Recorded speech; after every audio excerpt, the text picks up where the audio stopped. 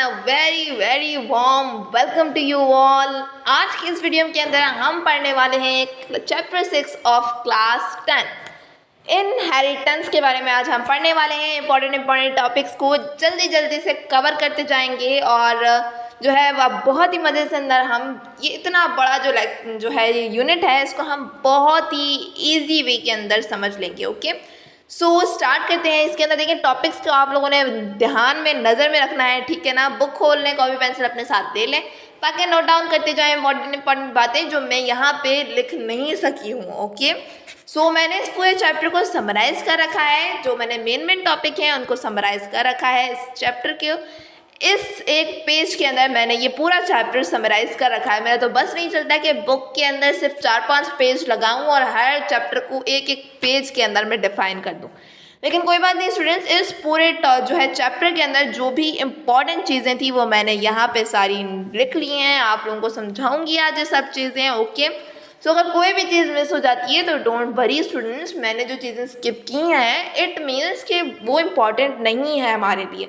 जो कॉन्सेप्ट होते हैं ना वो जस्ट इन्हीं पे बेसिक्स होते हैं। ये सब कॉन्सेप्ट बेस्ड चीज़ें हैं जो आपको समझनी है एनी हाउ, और ये सब चीज़ें मोस्ट इम्पॉर्टेंट चीज़ें हैं, ठीक है ना। सो एग्ज़ाम्स के हवाले से भी इम्पॉर्टेंट है और हर हवाले से ये बहुत ज़्यादा इम्पॉर्टेंट है। आपको हर जगह ये चीज़ें काम आने वाली हैं। सो अपना सारा ध्यान इस लेक्चर पे लगाना है आप लोगों ने, ठीक है ना। सो बस रिलैक्स हो जाएं और बस स्टार्ट कर दें। ये नहीं देखना है कि इतना बड़ा चैप्टर है कैसे होगा ये वो, कुछ भी नहीं देखना है आप लोगों ने, बस लग जाए काम पे और जो है हम ये बहुत ही इजीली ये चैप्टर कंप्लीट कर लेंगे। सो स्टूडेंट्स, आप लोगों ने पढ़ना है बुक में से, आप लोग पढ़ सकते हैं बुक में से, बट मैं जो आपको एक्सप्लेन करने वाली हूँ वो मैं आपको नोट्स की डेफिनेशंस के जरिए, डेफिनेशन मैंने नोट्स में लगा दी हैं, ठीक है ना। मैं आपको टाइम दूंगी, आप स्क्रीनशॉट कर लिएगा उसका, ठीक है ना। सो हम स्टार्ट करते हैं हमारा लेक्चर। मैं आपको सारा लेक्चर इन नोट्स के ज़रिए ही जो है समझाने वाली हूँ, जो मैंने जिन पे इतनी मेहनत की है। ओके, सो स्टूडेंट्स, इसकी डेफिनेशन की तरफ अगर हम आते हैं तो इसकी डेफिनेशन में लिखा हुआ है हेरिडिटी या इनहेरिटेंस। देखिए, इनहेरिटेंस हमारे चैप्टर का नाम है और हम शुरू से हेरिडिटी पढ़ते हुए आ रहे हैं। सो हेरिडिटी इसलिए मैंने इसके साथ लिखा है क्योंकि जो है हम शुरू से हेरिडिटी पढ़ रहे हैं, तो आप लोगों को हेरिडिटी ज़्यादा समझ में आएगा, ठीक है। हेरिडिटी या इनहेरिटेंस बात एक ही है। ओके स्टूडेंट्स, अच्छा फिर ये होता क्या है? इनहेरिटेंस या heredity is the passing of characters और traits from parents to offsprings are one generation to next generation।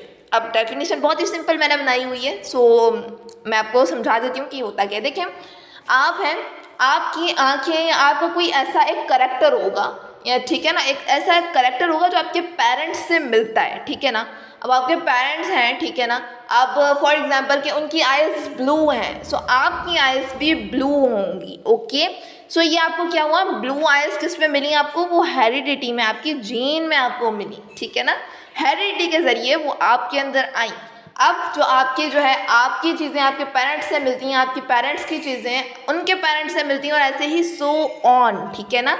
सो इसी को हम कहते हैं हेरिडिटी के जो है पेरेंट्स जो ऑफस्प्रिंग्स के अंदर जो करेक्टर्स हमारे पास ट्रांसफ़र होते हैं ना, उसे हम कहते हैं हेरिडिटी, और ये जनरेशन टू जनरेशन चलता रहता है। ओके स्टूडेंट्स, अच्छा अब यहाँ पे एक न्यू वर्ड आप लोगों को नज़र आ रहा होगा, ट्रेट्स। तो ये ट्रेट्स क्या होता है? देखिए, करेक्टर्स और ट्रेट्स बात एक ही है।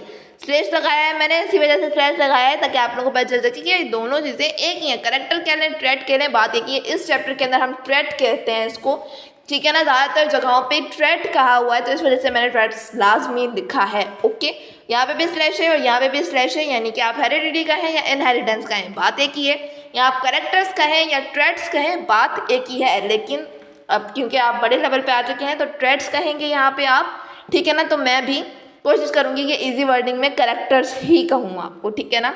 तो बस अब कहीं ट्रेट्स लिखा हुआ है तो मैं ट्रेट्स का भी यूज़ करूँगी, ठीक है। नंबर 1 आपको क्लियर हो गया है। इंट्रोडक्शन आपको समझे पूरा क्लियर हो गया। इंट्रोडक्शन का इतना लंबा चौड़ा जो है आपको इंट्रोडक्शन दिया हुआ है, उसके अंदर बस यही 2 लाइनें आपको कही गई हैं। ओके, सो आगे बढ़ते हैं on our next topic, variation.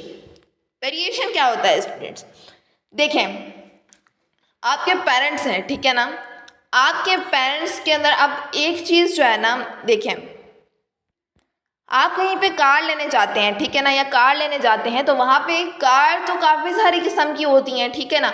अब कुछ जो है ना, अब उसके अंदर भी अलग अलग किस्म होते हैं ना, आपसे वो पूछते हैं कि कौन सा वेरिएंट चाहिए आपको। अब आप कहते हैं मुझे कार चाहिए, तो भाई कार भी काफ़ी सारे किस्म की होती हैं, उनके अलग अलग नेम्स होते हैं, ठीक है ना। सो ऐसे ही हमारे पास जो करेक्टर्स होते हैं ना, उनमें भी वैरायटीज़ होती हैं, वेरिएंट्स होते हैं हमारे पास, ठीक है ना। अब आई कलर है, अब आई कलर तो है ना, आई कलर पता चल गया कि ये आई कलर इज़ अ करेक्टर, लेकिन उस आई कलर के अंदर भी कितनी सारी वेरिएशन है, ब्लू, ब्लैक, ग्रीन, ग्रे, और भी काफ़ी सारे कलर्स होते हैं। अब हेयर के अंदर मैं हेयर टेक्सचर कह लूँ, hair texture is a character, लेकिन उस हेयर टेक्सचर के अंदर भी कितनी सारी वेरिएंट्स हैं, ठीक है ना। Curly hair, straight hair, roll hair, और भी काफ़ी सारी चीज़ें। सो वेरिएशन समझ में आ गया आपको, ठीक है ना। मैंने डेफिनेशन भी यहाँ पे दे दी है, द डिफरेंसेस इन कैरेक्टर्स और traits among the individuals of species called variations, okay। So means के हमारे पास करेक्टर एक ही है, लेकिन उसके भी काफ़ी सारी वैरायटीज़ हैं, उसको हम कहते हैं वेरिएशन, ओके। सो आगे बढ़ते हैं, ठीक है ना। देखिए कितनी जल्दी जल्दी मैं आपको सारा सब कुछ क्लियर करती जा रही हूँ। देखिए मैं जितना क्लियर कर रही हूँ ना, आप लोगों ने जस्ट उसी पे फोकस करना है कि मैं क्या आपको कह रही हूँ, बस उसी पे फोकस करें।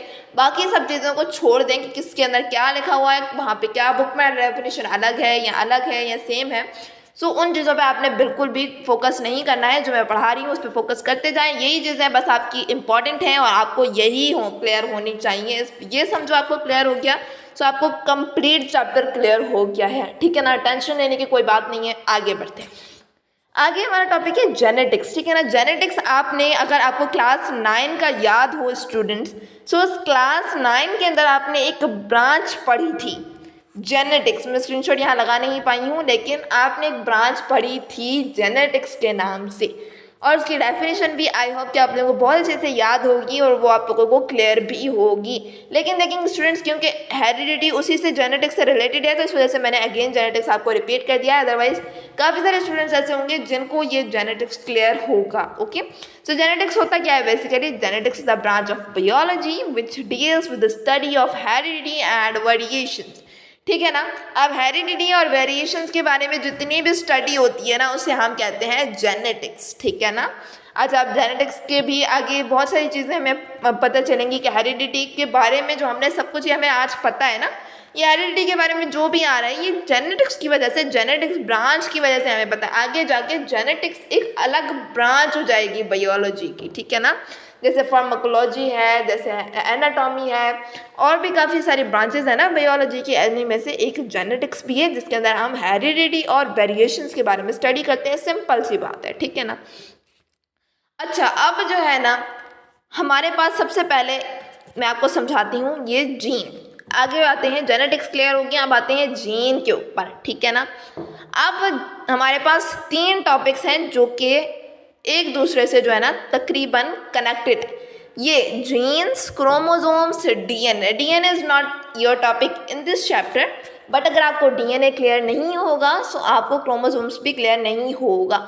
अब मुझे पता है काफ़ी सारे स्टूडेंट्स को डीएनए की इतनी सारी बात चीज़ें जो है ना, मैंने जो अब स्टडी डीएनए की मैं कर रही थी, तो उस वक्त भी मुझे जो है काफ़ी सारी डीएनए की इन्फॉर्मेशन थी और उसमें मेरा पूरा दिमाग हिल गया था। सो आप लोगों को भी ऐसे ही डीएनए में काफ़ी सारी कन्फ्यूजन होगी, कॉन्सेप्ट क्लियर नहीं होगा, और यही कंसेप्ट आज मैं क्लियर करने वाली हूँ आपको, ठीक है ना। अब डीएनए, क्रोमोसोम एंड जीन मैं आपको क्लियर करने वाली हूँ इस एक पिक्चर के अंदर। दिस इज़ अवर पिक्चर, और इस पिक्चर ये मैंने बहुत ढूंढी है और बहुत मेहनत से मुझे ये जो है ना, ये पिक्चर मैंने बहुत ही मेहनत से ढूंढी है। तो आप लोगों ने भी बस इसके अंदर मैं आपको ये तीनों टॉपिक्स क्लियर कर दूंगी। This is the human being, okay. अच्छा, अब ये ह्यूमन बीइंग जो है ये मिलियंस ऑफ सेल्स से बना हुआ है, यहाँ पे ऊपर मेंशन भी है, ठीक है ना। ये मिलियंस ऑफ सेल से बना है। इसका एक सेल ले लेते हैं, ठीक है ना। एक सेल इसका लगभग ऐसा दिखता है, ठीक है। इसके अंदर क्या है? न्यूक्लियस है। ये सब आपको पता है, ये बातें पता है, हमें पता है। एक human body millions of cell से मिलकर बनी है, उस सेल के अंदर न्यूक्लियस होता है। इतना तो सबको ही पता होगा भाई, 6 से हम सेल्स के बारे में पढ़ते हुए आ रहे हैं, इतना तो पता ही होगा कि सेल के अंदर सेंटर में न्यूक्लियस होता है। न्यूक्लियस क्या होता है ये भी आपको पता होगा, ठीक है ना। अच्छा, फिर उस न्यूक्लियस के अंदर एक क्रोमोसोम पाया जाता है, ठीक है। ये सारा कॉन्सेप्ट समझाने का मकसद यही है कि आपको वो टॉपिक्स अच्छे से क्लियर हो जाए, ठीक है ना। इस न्यूक्लियस के अंदर एक क्रोमोसोम पाया जाता है। क्रोमोसोम जो है हमारे पास क्या है कि एक थ्रेड लाइक स्ट्रक्चर है हमारे पास। यहाँ पे इसकी डेफिनेशन मैंने लिख दी है कि chromosome is a thread like structure made of DNA and proteins that carry genetic information. They are found in the nucleus of most cells and play a key role in heredity and cell division. So students, ये जो हमारे पास chromosome है ना, ये basic role play करता है हमारी heredity के अंदर, ठीक है ना। इसका बहुत बड़ा काम होता है, इसके काम हम आगे जाके पढ़ेंगे जब हम बायोलॉजी में ब्रीफ स्टडी करेंगे, ठीक है ना। अभी के लिए सिर्फ इतना समझ लेना है आपने जितना मैंने आपको बताया है कि डीएनए क्या है, क्रोमोसोम क्या है हमारे पास। ये एक थ्रेड लाइक हमारे पास स्ट्रक्चर है और हमारे पास ये बेसिक यूनिट है किसका, हेरिडिटी का। अब ये कहाँ होता है, कैसा होता है, ये सब कुछ मैंने आपको बता दिया। देखिए आपको नजर आ रहा है थ्रेड सा है इसके अंदर, मैं आपको जूम करके दिखा देती हूँ। ये देखें, this is complete our chromosome present in our nucleus and nucleus is also present in our cell. And what is cell, ये तो मुझे बताने की आपको जरूरत नहीं है, ठीक है ना। अच्छा, फिर आगे आते हैं। अब इस क्रोमोसोम के अंदर एक डीएनए पाया जाता है, दिस इज डीएनए। अच्छा, अब ये डीएनए क्या होता है, क्रोमोसोम्स क्लियर हो गया, थ्रेड लाइक स्ट्रक्चर होता है, ठीक है ना। बटरफ्लाई की शेप जैसा होता है ये लगभग, ठीक है ना, लगभग बटरफ्लाई की शेप जैसा होता है ये। और जो है ना, ये डीएनए से प्रोटीन से मिलकर बना हुआ होता है क्या चीज़, क्रोमोसोम। इसके अंदर जेनेटिक इन्फॉर्मेशन होती है, ठीक है ना। जेनेटिक इन्फॉर्मेशन किसे कहते हैं वो मैं आपको जब जीन्स क्लियर करूँगी जब मैं बताऊँगी आपको, ठीक है ना। अभी आगे मैं जीन्स पे क्लियर कर रही हूँ। तो हमारे पास क्रोमोसोम, आपको उम्मीद है कि सब कुछ क्लियर हो गया होगा। अब आते हैं डीएनए के ऊपर। डीएनए की हमारे पास जो डेफिनेशन है वो है कि DNA stand for deoxyribonucleic acid is a molecule that carries the genetic instruction for the development, functioning, growth and reproduction of all living organisms. Okay? So हमारी जितनी भी इंफॉर्मेशन होती है ना, अब क्रोमोसोम के अंदर ऐसी कौन सी, हमने ये समझा कि जेनेटिक इन्फॉर्मेशन होती है, किसके अंदर होती है, क्रोमोसोम के अंदर होती है। ये हमने पढ़ा अभी पीछे प्रीवियस में हमने टॉपिक में ये पढ़ा हमने, ठीक है। सो अब क्रोमोसोम के अंदर ऐसी कौन सी चीज़ है जो ये जेनेटिक इन्फॉर्मेशन कैरी कर रही है। यस स्टूडेंट्स, वो जो है डीएनए है, फिर डीएनए के बाद वो जो है चीज़ें जीन जो है वो कैरी करी होती है, लेकिन डीएनए ही हमारे पास सारी जेनेटिक इन्फॉर्मेशन जो है हमारे पास सारी डीएनए के अंदर होती है। अगर क्रोमोसोम के अंदर डीएनए ना हो तो क्रोमोसोम हमारे पास कुछ भी नहीं है। हेरिडिटी का काम सारा डीएनए संभाल रहा होता है और डीएनए क्रोमोसोम में प्रेजेंट होता है, ठीक है। Basic unit of heredity chromosome इसी वजह से क्योंकि उसके अंदर डीएनए प्रेजेंट है और इसी सारी इंफॉर्मेशन डीएनए के अंदर ही मौजूद होती है, ठीक है। सो इसकी चीज़ की इंफॉर्मेशन, डेवलपमेंट की, फंक्शनिंग की, ग्रोथ की, reproduction of all living organism, ठीक है ना। अब अच्छा, अब हाथी का बच्चा हाथी ही क्यों होता है, ठीक है ना। हाथी का बच्चा हाथी जैसा दिखता है, ठीक है। जो है कैट का बच्चा जो है कैट जैसा दिखता है, ऐसा क्यों, क्योंकि उनके डीएनए के अंदर जो इन्फॉर्मेशन उनको मिली हुई है वो ऐसी ही है कि इसकी 4 टांगें होंगी और ये कैसा होगा, बड़ा होगा, नाक लंबी होगी, कान बड़े होंगे हाथी के, ठीक है ना, और टांगें छोटी छोटी होंगी और दुम भी छोटी होगी। ये सब चीज़ें क्या हैं, उसकी डीएनए के अंदर ये इन्फॉर्मेशन मौजूद है, ठीक है। डीएनए ना हो तो अब जो है ना एलिफेंट का बच्चा मंकी भी हो सकता है अगर डीएनए ना हो तो, क्योंकि इन्फॉर्मेशन ही नहीं है ना हमारे पास, ठीक है ना, कि कोई कैसा होना चाहिए वो लिविंग ऑर्गेनिज्म। इन्फॉर्मेशन ही नहीं होगी तो वो आगे पीछे हो जाएगा ना, लाजमी सी बात है। सो जो है सबके अंदर ये होता है कि डीएनए के ज़रिए ही आगे जो है हमारे पास पेरेंट्स ऑफस्प्रिंग के अंदर जो चीज़ें जा रही हैं वो कैसे जा रही हैं, थ्रू ऑफ डीएनए जा रही हैं। आगे बढ़ते हैं, डीएनए को काफ़ी ज़्यादा डीप में पढ़ लिया हमने, आगे बढ़ते हैं, ठीक है ना। अब इस पिक्चर पे वापस आते हैं, ठीक है ना। अब ये आपको नज़र आ रहा है ये डीएनए है, ठीक है ना। अब इस डीएनए के अंदर काफ़ी सारे जो है ना हमारे पास इन्फॉर्मेशन होती है वो डीएनए के अंदर होती है। ये प्रेजेंट होता है हमारे पास क्रोमोसोम के अंदर, क्रोमोसोम न्यूक्लियस के अंदर होता है, न्यूक्लियस सेल के अंदर होता है, सेल ह्यूमन बॉडी के अंदर होता है। आगे बढ़ते हैं कि ये पता चल गया कि डीएनए क्या होता है, डीएनए के अंदर सारी इन्फॉर्मेशन होती है।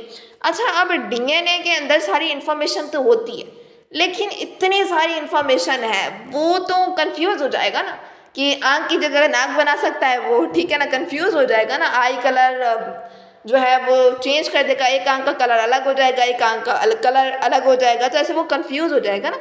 इसी वजह से हमारे इस डीएनए के अंदर सेगमेंट्स बने हुए हैं, ठीक है ना। सेगमेंट बने हुए हैं कि आई कलर का सेगमेंट है, ये जो है हेयर टेक्सचर का जो है हमारे पास सेगमेंट है। और ऐसे ही हर चीज़ के हमारे पास सेगमेंट्स बने हुए हैं, ठीक है ना। उन्हीं सेगमेंट्स को हम जीन कहते हैं कि ये हेयर टेक्सचर की जीन है, ये जो है हमारे पास स्किन कलर की जो है जीन है, ये आई कलर की जीन है, और एसेट्रा। ये सारी चीज़ें जो है ना हमारे पास जीन के अंदर होती हैं। जीन अलग अलग होती हैं, सेगमेंट्स होते हैं डीएनए के अंदर मौजूद। इसकी डेफिनेशन भी कुछ इसी तरीके से है कि जो है जीन जो है, सॉरी जीन की जगह ड्रीम लिख दिया है मैंने यहाँ, टाइपिंग मिस्टेक है, नो इशू। आगे बढ़ते हैं। सो इस ड्रीम को इरेज कर देते हैं। So gene is a small segment of DNA which has genetic information in the form of code in all living beings। ठीक है, जीन all living beings के अंदर होती है, ठीक है, इनके सेल all living beings के अंदर होता है, ठीक है। ये जो जीन है हमारे पास, ये डीएनए के अंदर मौजूद होती है। डीएनए के अंदर काफ़ी सारे स्मॉल सेगमेंट्स होते हैं जिन्हें हम जीन कहते हैं, ठीक है ना। अच्छा, फिर जो है ये कोड इन्फॉर्मेशन जो भी हमारे पास होती है ना, सारी इन्फॉर्मेशन कि आई कलर कैसा होगा, हेयर कलर कैसा होगा, स्किन टोन कैसा होगा, कैसा दिखेगा, वगैरह वगैरह, सारी जो है ना बॉडी शेप कैसी होगी, सारी जो इन्फॉर्मेशन होती है वो इन अलग अलग छोटे छोटे सेगमेंट्स के अंदर मौजूद होती है जिन्हें हम जीन कहते हैं, ठीक है। ये किस फॉर्म में होती है? In the form of code होती है, ठीक है ना। In the form of code होती है, इनके अलग अलग कोड्स होते हैं जिस फॉर्म में ये मौजूद होती है। यहाँ पे आपको ये नज़र आ रहे होंगे कि ये in the form of codes के फॉर्म में ये जीन है, ये खोला हुआ ये कंप्लीट जीन है हमारे पास, ओके। जो है इसके अंदर कोड की फॉर्म में हमारे पास हमारी सारी इन्फॉर्मेशन जो है इस जीन के अंदर मौजूद होती है। जीन्स ना हो हमारे पास, फॉर एग्जांपल जीन्स ना हो डीएनए के अंदर तो डीएनए भी काम का नहीं होगा, और डीएनए ना हो क्रोमोसोम के अंदर, हाँ, तो ये भी काम, डीएनए ना हो तो फिर क्रोमोसोम भी किसी काम का नहीं रहेगा हेरिडिटी के लिए, ठीक है ना।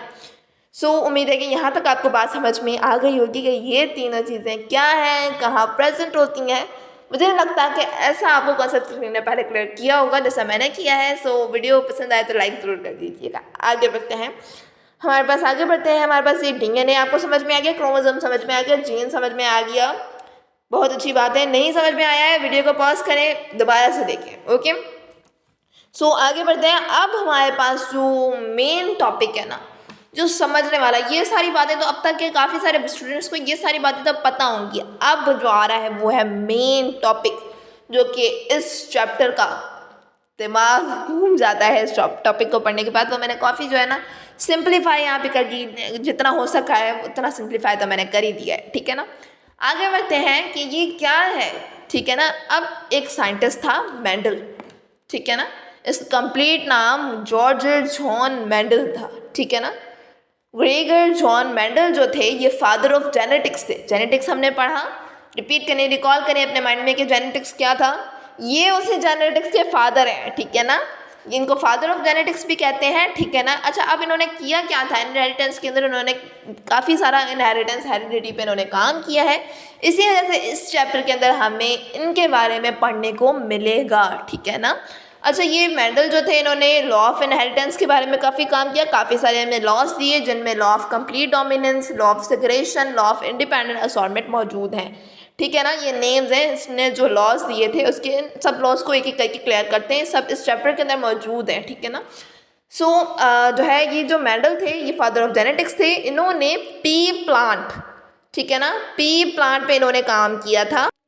पी प्लांट जिसका बायोलॉजिकल नेम पिजियम सेटिवम है, ठीक है ना, पिजियम सेटिवम, यानी कि पी प्लांट जो है ना उस पर इन्होंने एक्सपेरिमेंट किया था। पी यानी कि मटर का जो प्लांट होता है, मटर पनीर भी खाते हो ना आप लोग। जो है ये हमारे पास मटर के प्लांट यानी पी प्लांट पे इन्होंने काम किया था, एक्सपेरिमेंट किया था, ठीक है ना। ये आपने बात याद रखनी है। अच्छा, फिर यहाँ पे कुछ क्वेश्चंस आते हैं कि इन्होंने पी प्लांट पे क्यों एक्सपेरिमेंट किए, किसी और प्लांट पे भी तो कर सकते थे ना। इसकी काफ़ी सारे हमारे पास जो है हमारे पास इसकी एडवांटेजेस है कि इन्होंने क्यों काम किया। इसके लिए मैंने कंप्लीट बंदोबस्त कर रखा है ताकि आपको ये समझा सकूँ। नंबर 1 पे इन्होंने क्यों किया कि इस जो है पी प्लांट की लाइफ साइकिल बहुत छोटा होता है, ठीक है ना। अच्छा, अब इन्होंने लाइफ साइकिल छोटा था तो इससे क्या हुआ कि हमारे पास result of experiments were obtain in less time. थोड़ी सी ब्लरी पिक्चर है, sorry for blurry picture, okay. हमारे पास इसकी लाइफ साइकिल छोटी थी सो कम टाइम में ही हमारे पास रिजल्ट ऑब्टेन हमें हो जाता था। इस वजह से इन्होंने पी प्लांट को चूज़ किया क्योंकि इसकी लाइफ साइकिल शॉर्ट थी। ये एनुअल प्लांट था, यानी many generation can be studied with in a short period of time, यानी कि काफ़ी सारी जनरेशन्स को हम शॉर्ट टाइम में पढ़ सकते हैं। अब अगर वो किसी ह्यूमन पे फॉर एग्जांपल एक्सपेरिमेंट करते, ठीक है ना, ह्यूमन की हेरिडिटी पे हम वो करते जो है स्टडी करते, तो क्या होता कि काफ़ी लंबा अरसा लग जाता और उनको एक या दो से ज़्यादा जनरेशन्स को स्टडी करने का मौका ही नहीं मिलता है, पर मुश्किल एक या दो, इससे ज़्यादा नहीं उनको मौका मिल पाता है। इस वजह से इन्होंने इस पी प्लांट को चूज़ किया कि इसका लाइफ साइकिल छोटा होगा और ये काफ़ी सारी जनरेशन्स को हम स्टडी कर सकते हैं इसकी लाइफ साइकिल छोटी होने की वजह से। अच्छा, फिर एक और बड़ी वजह ये भी थी कि इसमें क्रॉस और सेल्फ फर्टिलाइजेशन, यानी कि जो है क्रॉस और सेल्फ पॉलिनेशन दोनों इस प्लांट के अंदर हो सकती हैं। आप चाहे तो क्रॉस पॉलिनेशन करवा लें, सेल्फ पॉलिनेशन भी करवा सकते हैं इसके अंदर, ठीक है ना। सो इसी वजह से इनके लॉ ऑफ सेग्रेगेशन और आगे बहुत सारे लॉज इसी वजह से बने कि इसके अंदर इन्होंने कुछ लॉज के अंदर इनकी क्रॉस पॉलिनेशन करवाई, कुछ में सेल्फ पॉलिनेशन करवाई।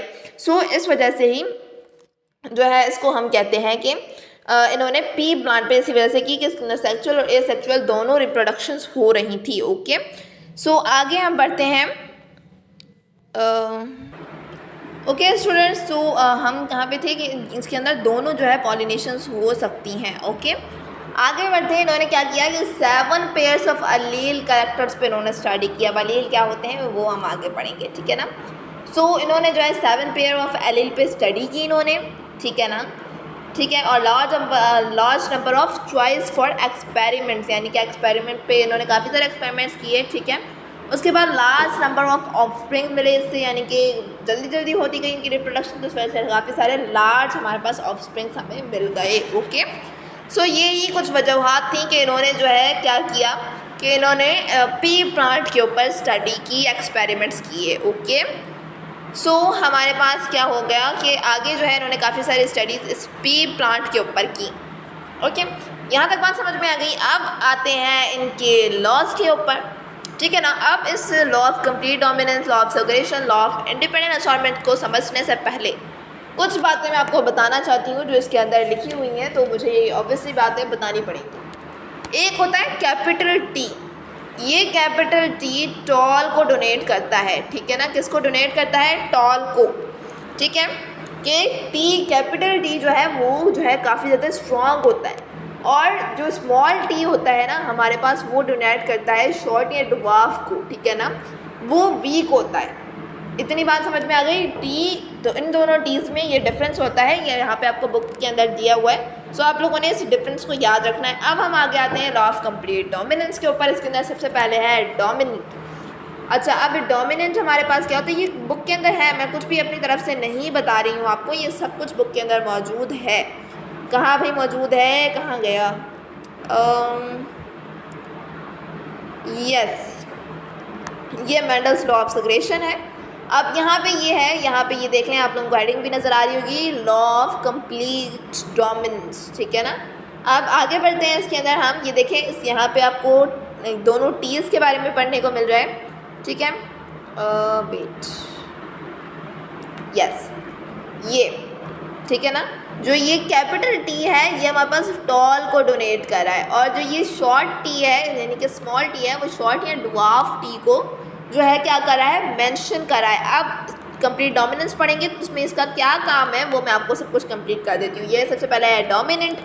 डोमिनेंट क्या होता है हमारे पास, ठीक है ना। अब देखें, जब उन्होंने एक्सपेरिमेंट किए, ठीक है ना, एक बड़ा टी लिया, एक छोटा टी लिया, दोनों को आपस में जो है उन्होंने फ्यूजन करवाया दोनों को आपस में। सो क्या हुआ हमारे पास, यहाँ पे ये बच्चा, अब एक देखें, पेरेंट है, एक टॉल है एक शॉर्ट है, ठीक है ना, एक टॉल है एक शॉर्ट है, ठीक है ना। सो दोनों मिले तो अब डिसीजन करना पड़ेगा ना कि बच्चा टॉल होगा कि शॉर्ट होगा। सो बच्चा टॉल होगा। क्यों टॉल होगा? क्योंकि टी इज़ अ डोमिनेंट, यानी जहाँ कैपिटल टी है, ठीक है ना, मीन्स कि वो बच्चा टॉल होगा। ओके, वो प्लांट का जो भले ही कुछ भी है वो जो है टॉल होगा। ओके, अच्छा, अब डोमिनेंट कहते हैं किसे? डोमिनेंट स्ट्रॉन्ग होता है, ठीक है ना, डोमिनेंट स्ट्रॉन्ग होता है और इसी वजह से ये विनर हो जाता है। और अब दोनों के बीच में मुकाबला करते हैं, ये स्ट्रॉन्ग है ये वीक है। सो कौन जीतेगा? ऑब्वियसली बात है ना, जो स्ट्रॉन्ग होगा वही जीतेगा ना। तो ये जो है डोमिनेंट है, ये जो है वो रिसेसिव है, ठीक है ना। यानी जो जीत गया वो है डोमिनेंट, जो हार गया वो है recessive. Okay students, so means कि अब मैं एग्जांपल के तौर पे अगर आपको समझाऊं कि आपके मदर की जो है वो क्या है कि आइज़ ग्रीन है और आपके फादर की ब्लैक है, तो आपकी आइज़ फॉर एग्जांपल ब्लैक हो जाती है। सो ब्लैक को हम कहेंगे कि वो डोमिनेंट है और ग्रीन क्या है, वो रेसेसिव है। समझ में आ गई बात? उम्मीद है कि इस एग्जांपल के बाद आपको समझ में आ गया होगा।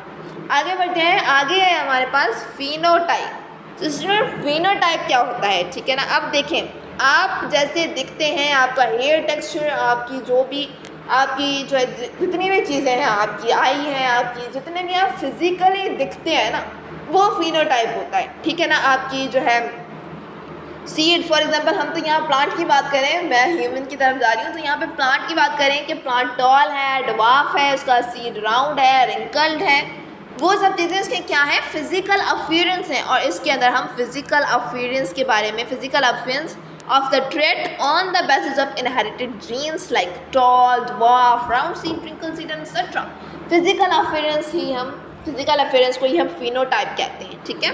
जीनोटाइप क्या होता है? अच्छा आप देखें, अब ये देखें, मैंने आपको क्या बताया, टी इज इक्वल टू क्या, टॉल। अब दोनों टॉल टी हैं तो मिलके क्या बनाएंगे, टॉल टी बनाएंगे। दोनों शॉर्ट टी हैं तो क्या मिलके बनाएंगे, शॉर्ट टी बनाएंगे, ठीक है ना। सो ये क्या है, इनके जेनेटिक कोड्स हैं, ठीक है ना। आगे की यहाँ पे देखें, आपको ये पढ़ाया हुआ है, ये इनके जेनेटिक कोड्स हैं कि यहाँ पे मैंने क्या किया, दोनों को क्या किया, ये देखें, एक कैपिटल टी ले लिया, एक स्मॉल टी ले लिया, तो हमारे पास आंसर क्या ऑब्टेन होगा, जो है हमारे पास आंसर होगा वो टॉल टी होगा। अब दोनों ही सेम होंगे, टॉल होंगे, तो हमारे पास यहाँ पे टॉल ऑब्टेन होगा। दोनों ही शॉर्ट होंगे तो हमारे पास ऑब्टेन शॉर्ट ही होगा। ओके, यहाँ तक आपको बात समझ में आ गई होगी, उम्मीद है कि जो है इनका ये जो टी है ये क्या है, ये इनके जेनेटिक कोड्स हैं जो मैंने अभी आपको जीन्स में बताए, ठीक है ना। सो ये इनके जेनेटिक कोड है। अब आपने ये तो देख लिया कि वो टॉल है, लेकिन उसकी कौन से तरीके से वो टॉल है, टी वाले तरीके से टॉल है या स्मॉल टी और कैपिटल टी वाले तरीके से वो टॉल है, क्योंकि दोनों सूरतों में हो तो टॉल ही रहा है ना, कि यहाँ एक कैपिटल टी हो एक स्मॉल टी हो तो वो भी टॉल ही होगा, ठीक है ना। और अगर हमारे पास यहाँ पे दोनों टॉल टी हो तो भी टॉल ही होगा। तो फिजिकल अपीयरेंस क्या है कि ये टॉल है, तो ये तो फिनोटाइप हो गया कि फिजिकल अपीयरेंस इसकी क्या है, टॉल है। अब ये किस तरीके से टॉल है, डबल टी यानी कि दोनों ही कैपिटल टी से ये टॉल है या एक कैपिटल और एक स्मॉल टी से। सो ये इनके जेनेटिक कोड्स हैं कि किस जीन, किस कोड के ज़रिए से ये क्या है कि ये टॉल है। तो ये मैं कह लूँ कि ये जो है दोनों कैपिटल टी की वजह से टॉल है। सो ये क्या है, कैपिटल टी हमारे पास जीनोटाइप है, यानी कि उसका जेनेटिक कोड क्या है, उसका जेनेटिक कोड जो है वो T capital T small T है या दोनों डबल दोनों ही क्या है कि कैपिटल टी है, उसका जेनेटिक कोड क्या है, तो वो जीनोटाइप के अंदर हम पढ़ते हैं। ओके, आगे आते हैं, आगे हमारे पास है होमोजाइगस। होमोजाइगस, अब मैंने आपको यहाँ पे जेनेटिक कोड क्लियर किया कि टी और टी या स्मॉल टी और स्मॉल टी ये दोनों होमोजाइगस हो गए। कैसे होमोजाइगस हुए, इनका जो जेनेटिक कोड होगा वो सेम होगा, यानी कि या दोनों ही कैपिटल टी हो या दोनों ही स्मॉल टी हो। सो क्या होगा, यह होमोजाइगस होगा। और अगर ये अलग अलग होंगे, यहाँ पे देखिए एग्जांपल्स आपको दी हुई हैं। होमोजाइगस में आपको कहा गया है कि टी होना चाहिए टॉलनेस के लिए और शॉर्टनेस के लिए दोनों ही शॉर्ट यानी वो स्मॉल टी होने चाहिए, और टॉलनेस के लिए दोनों ही कैपिटल टी होने चाहिए। अब हेटेरोजाइगस, नेक्स्ट होमोजाइगस समझ में आ गया कि जेनेटिक कोड सेम होना चाहिए। होमो मीन्स सेम होता है, और जो है हमारे पास यहाँ पे हेटेरोजाइगस क्या होता है कि दोनों ही जो जेनेटिक कोड हो वो अलग अलग हो, ठीक है। स्मॉल टी कैपिटल टी होना चाहिए, कैपिटल टी या स्मॉल टी कुछ भी जो है हमारे पास ये अलग अलग होने चाहिए। तो इसको कहते हैं हम हेटेरोजाइगस, यानी कि दोनों जो है टॉल तो वो है लेकिन अलग अलग जेनेटिक कोड से, ये भी टॉल है लेकिन सेम है। सो सेम वाले को हम होमोजाइगस में रखते हैं और डिफरेंट वाले को हेटेरोजाइगस में रखते हैं। ओके, सो उम्मीद है कि बात यहाँ तक समझ में आ गई होगी, ठीक है। अब यहाँ पे ये F1 और इनको हम थोड़ा सा आगे जाके पढ़ेंगे जब यहाँ पे हम लॉ ऑफ इंडिपेंडेंट असॉर्टमेंट हम पढ़ रहे होंगे। आगे बढ़ते हैं, ठीक है ना। यहाँ पर उम्मीद है कि यहाँ तक आपको बात क्लियर हो गई होगी। अच्छा, हमने एक पढ़ा था अलील, अलील क्या होता है हमारे पास वो मैं आपको बताती हूँ। अभी हमने यहाँ पे पढ़ा था कि उन्होंने 7 जो है अलील पे स्टडी की। देखें अलील की कुछ हम इस तरीके से हम कह सकते हैं कि 2 variants of any character is called allele, ठीक है ना। अब हमारे पास आई कलर है, eye colour is a character, is a trait, eye colour is a trait ना। सो अब उसके अंदर हमारे पास जो है जो 2 वेरिएंट्स हैं किसी भी कैरेक्टर के, उनको हम अलील कहते हैं। वेरिएंट के लिए अलील के लिए बात एक ही है, ठीक है। इतनी बात क्लियर हो गई होगी उम्मीद है आपको, ठीक है ना। सो अब हमारे पास अलील जो है या वो डोमिनेंट होता है या रिसेसिव होता है या आगे वो सब कुछ हमने अभी पढ़ा। ओके स्टूडेंट्स, आगे बढ़ते हैं। हमें ये हमारे पास जो हमने भी dominant, recessive, phenotype, genotype, homozygous, heterozygous पढ़ा, वो हमने पढ़ा law of complete dominance. Students क्या पढ़ा हमने? Law of complete dominance. ये लॉ आपको क्लियर हो गया कि स्ट्रॉन्ग होगा तो वो डोमिनेंट, जो विनर होगा वो डोमिनेंट, जो वीकर होगा या जो लूजर होगा वो होगा रिसेसिव, ठीक है ना। अब हमारे पास एक फिनोटाइप यानी फिजिकल अपीयरेंस, जीनोटाइप यानी जेनेटिक कॉम्बिनेशन, और होमोजाइगस मीन्स सिमिलर अलील और हेटेरोजाइगस मीन्स के डिफरेंट अलील्स। ओके, सो उम्मीद है कि यहाँ तक बात आपको समझ में आ गई होगी। आप लोग बुक में चाहें तो ये पेंसिल से नोट डाउन कर सकते हैं। ओके, आगे बढ़ते हैं। लॉ ऑफ कंप्लीट डोमिनेंस हमने समझ लिया, अब आगे है law of segregation. Law of segregation जितना आपको इसके अंदर बुक के अंदर बड़ा दिया हुआ है ना, तो मुझे तो काफ़ी हो रहा था कि इतना बड़ा दिया हुआ है, हालांकि दिस इज इसको 2 लाइन्स में हम डिफाइन कर सकते हैं। So law of segregation basically होता क्या है जो मैंने यहाँ डिफाइन किया है, बस इतना है लॉ ऑफ सेग्रेगेशन। कुछ इसके अंदर वो बड़ी बात नहीं है। क्या होता है law of segregation students? Every parent has 2 अलील। ये बात याद रखनी है कि हर पेरेंट के पास 2 अलील होते हैं, बट वो जो है ऑफ स्प्रिंग्स में जस्ट 1 पास करते हैं, 1 फ्रॉम मदर 1 फ्रॉम फादर। इसी को हम कहते हैं लॉ ऑफ सेग्रेगेशन, जो हमें मेंडल ने दिया था कि हर पेरेंट के पास 2 अलील होते हैं, लेकिन वो पास कौन सा करते हैं? जस्ट 1 करते हैं, ठीक है ना, जस्ट 1 पास करते हैं। अब उनके पास 2 कैरेक्टर हैं, एक डोमिनेंट है एक रिसेसिव है, 2 अलील है ना, एक डोमिनेंट है एक रिसेसिव है, एक उनके पास विनर है जो उनका ज़ाहिरी है, ठीक है ना। अब उनके पास उनके जैसे फॉर एग्जांपल आपके दादा दादी हैं, ठीक है, उनके एक का आई कलर ब्लैक है एक का ब्राउन है, ठीक है ना। अब आपके जो फादर है उनका जो आई कलर है ना वो हमारे पास हो गया ब्राउन, ठीक है, वो ब्राउन हो गया, लेकिन ब्राउन के पीछे एक ब्लैक कलर भी उनकी आई से मौजूद है जो कि रिसेसिव है, जो नज़र नहीं आ रहा है, लेकिन जो ब्राउन कलर है वो स्ट्रॉन्ग था, तो इस वजह से वो क्या है सामने आपको नज़र आ रहा है स्टूडेंट्स। ओके, सो दोनों ही कलर हमारे पास मौजूद होते हैं, डोमिनेंट भी रिसेसिव भी, यानी कि हमारे पास नज़र जो फिजिकली नज़र आ रहा होता है वो डोमिनेंट नज़र आ रहा होता है क्योंकि वो स्ट्रॉन्ग होता है। ओके, सो हर किसी के पास दो दो अलील होते हैं, कौन कौन से? Dominant and recessive. कोई एक वो पास कर देते हैं, या ब्लैक या ब्राउन दोनों में से कोई एक वो पास कर देंगे। वैसे बेसिकली जो उनके पास डोमिनेंट होता है वो उसी को पास करते हैं, ठीक है ना। उन्होंने पास किया 1 फ्रॉम मदर 1 फ्रॉम फादर, फिर दोनों में हो गया कि दोनों में से कोई एक ही बच्चे के अंदर जाएगा, या उनमें से दोनों, एक डोमिनेंट हो जाएगा एक रिसेसिव हो जाएगा, ठीक है ना। एक रिसेसिव हो जाएगा एक डोमिनेंट हो जाएगा, क्योंकि बच्चे के अंदर या जो है अब जैसे एक फादर और उसमें से दोनों में से 2 कैरेक्टर हमारे पास आए, लेकिन बच्चे के अंदर कोई एक जाएगा, तो उनमें से एक वो वाला जाएगा जो डोमिनेंट होगा, जो स्ट्रॉन्ग होगा, ठीक है। बात समझ में आ गई है आप लोगों को? उम्मीद है कि बात समझ में आई होगी मेरी। ओके, सो आगे बढ़ते हैं लॉ ऑफ सेग्रेगेशन की तरफ। लॉ ऑफ सेग्रेगेशन समझ में आ गया आपको? उम्मीद है कि समझ में आ गया। अब हम आते हैं लॉ ऑफ इंडिपेंडेंट असॉर्टमेंट की तरफ, ठीक है, क्योंकि ऑलरेडी आधे घंटे की वीडियो हो चुकी है और मेरे बोल के गले की हालत भी ख़राब हो गई है। आगे बढ़ते हैं। लॉ ऑफ इंडिपेंडेंट असॉर्टमेंट कुछ भी नहीं कहता है, सिंपल सा ये जो डायग्राम मैंने बनाया है ना, यही है लॉ ऑफ इंडिपेंडेंट असॉर्टमेंट। कैसे? देखिए भाई, मेंडल साहब ने क्या किया कि 2 जो है सीड्स के अंदर फ्यूजन करवाया। एक सीड हमारे पास था राउंड और येलो कलर का, एक सीड हमारे पास था थोड़ा सा रिंकल्ड शेप में, ठीक है ना। सो हुआ क्या, हमारे पास ये दोनों सीड्स हुए, जब दोनों का फ्यूजन हुआ तो उन्होंने देखा कि ये हमारे पास जो येलो वाला है ना वो हमारे पास जो है सीड बन के आया है फ्यूजन के बाद। ऐसा क्यों हुआ आखिर, है ना, ऐसा क्यों हुआ कि येलो दोनों में से? ऐसा भी तो हो सकता था ना कि मतलब दोनों में से सेम आ जाता है इसके अंदर कलर, जैसे फॉर एग्जांपल रेड है, सो इसके अंदर ऐसा आ सकता है राउंड तो मगर कलर रेड आ जाए, ऐसा भी तो हो सकता है, लेकिन ये वाला हुआ। ऐसा क्यों हुआ आखिर? ऐसा इसलिए हुआ क्योंकि ये डोमिनेंट था, ये रिसेसिव था, इस वजह से जो डोमिनेंट था वो जीत गया और वही हमारे पास फिजिकल अफियरेंस आ गई, ठीक है ना। इसी को कहते हैं हम लॉ ऑफ इंडिपेंडेंट असर्टमेंट, ठीक है ना। सो मीन्स ये अपनी तरफ से डिपेंडेंट है ना, मतलब कुछ भी हो जाए इंडिपेंडेंट है ये, मतलब इनकी अपनी मर्जी की ये कुछ भी आ जाए, ठीक है ना। ऐसा नहीं है कि हर बार में ये सेम आया, ऐसा नहीं हुआ। किसी बार में ये रिंग कार्ड वाला आ गया क्योंकि ये डोमिनेंट हो गया। सो ये इंडिपेंडेंट होते हैं, किसी पे डिपेंडेंट नहीं होते, ये अपनी मर्जी से कुछ भी जो है आ सकते हैं। ओके, सो ये है मेंडल्स का लॉ ऑफ सेग्रेगेशन, जो कि यहाँ पे आपको एक्सप्लेन भी किया गया है, कम्प्लीटली एक्सप्लेन किया गया है। कहाँ गया यस ये रहा। ये आपको इतनी मुश्किल तो तरीक़ों में आपको एक्सप्लेन किया गया है ना, ये जस्ट यही था स्टूडेंट्स, ठीक है ना। इसके अंदर आपको दिमाग खपाने की बिल्कुल भी ज़रूरत नहीं है, मैंने जितना बता दिया है उतना काफ़ी है आप लोगों के लिए, ठीक है।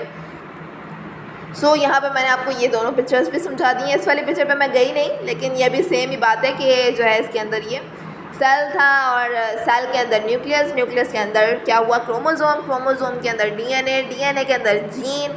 समझ में आ गई बात। अच्छा, जीन से याद आया कि एक इन्फॉर्मेशन बताना मैं भूल गई थी कि जो है एक सेल के अंदर तकरीबन 2000 हमारे पास जो 20,000 जीन्स हमारे एक डीएनए में प्रेजेंट होती है। मैं यहाँ पे लिख देती हूँ, लिखना भूल गई थी, इस वजह से बताना भी भूल गई कि एवरी सेल, हर सेल के अंदर 20,000 जीन्स प्रेजेंट होते हैं। कितने genes? 20,000 genes in one cell. How इतने सारे जीन्स देखें। सो कोई एक दो नहीं होता, इतने सारे होते हैं, कोडेड शेप में होते हैं, ठीक है। सो मैं वेट में लिख देती हूँ यहाँ पे। तो स्टूडेंट्स यहाँ पे मैंने लिख दिया है, ठीक है ना, वो मुझे थोड़ी देर से याद आया। तो स्टूडेंट्स ये था हमारा आज का पूरा लेक्चर, ठीक है ना। अच्छा, अब यहाँ पे आप लोग कह रहे होंगे कि वेरिएशन तो बता दिया कि क्या होता है, लेकिन वेरिएशन को एक्सप्लेन नहीं किया है। सो वेरिएशन की एक्सप्लेनेशन कोई मांगता नहीं है हमारे पास, ठीक है ना। इस वजह से मैंने यहाँ पे आपको बताई भी नहीं है क्योंकि ये इतनी इंपॉर्टेंट नहीं होती है। अदरवाइज इंग्लिश में लिखा हुआ है, ज़्यादा डिफ़िकल्ट इंग्लिश नहीं है, आप लोग उसको पढ़ लिएगा, उम्मीद है कि आपको समझ में आ जाएगी। लेकिन अगर मुझे लगा बाद में पेपर्स के हिसाब से कि ये जो है बहुत ज़्यादा इंपॉर्टेंट हो गया है, अब समझाना ज़रूरी है, तो मैं आपको इसको एक्सप्लेन कर दूँगी। नो इशू, कुछ भी डरने वाली बात नहीं है, कुछ भी जो है कंफ्यूज होने वाली बात नहीं है। आपने आधे घंटे में बहुत कुछ सीखा होगा। आई होप कोई भी बात समझ में नहीं आई है तो काइंडली कमेंट में, मैं आपको वो हर मसला सॉल्व करने की पूरी कोशिश करूँगी। आज की इस वीडियो में मुझे बहुत ज़्यादा मेहनत लगी है, इतनी मुझे किसी बायोलॉजी के लेक्चर में मेहनत लगी है जितनी मुझे इसमें लगी है, ठीक है ना। सो ये काफ़ी ज़्यादा मेरा इसमें दिमाग ख़राब हुआ, इस वजह से थोड़ी सी मैं काफ़ी ज़्यादा लेट भी हो गई थी क्योंकि ये जो है चैप्टर के अंदर मुझे काफ़ी ज़्यादा मेहनत करना पड़ी थी। ओके, सो उम्मीद है कि जब आप लोग इस मुझे रियली मैं आपको ये बात बताऊं कि जब आप लोग मुझे कमेंट करते हैं, मुझे आप लोग कहते हैं वीडियोस बनाने के लिए, आप लोग मुझे कहते हैं, आप लोग जो है प्यार देते हैं ना मुझे, मेरी वो मोटिवेशन होती है मेरे लिए, ठीक है ना। सो ऐसे ही मुझे प्यार आप लोग देते रहें और इंशाल्लाह ताला मिलते हैं नेक्स्ट वीडियो। अगला हमारा चैप्टर क्या है? यस, हमारे चैप्टर का नाम है chapter 7 man and environment, I think. Yes, man and his environment, chapter 7 के अंदर नेक्स्ट वीडियो के अंदर इंशाल्लाह ताला मिलते हैं। तब तक के लिए दुआओं में याद रखिएगा। अल्लाह हाफ़िज़, बाय बाय।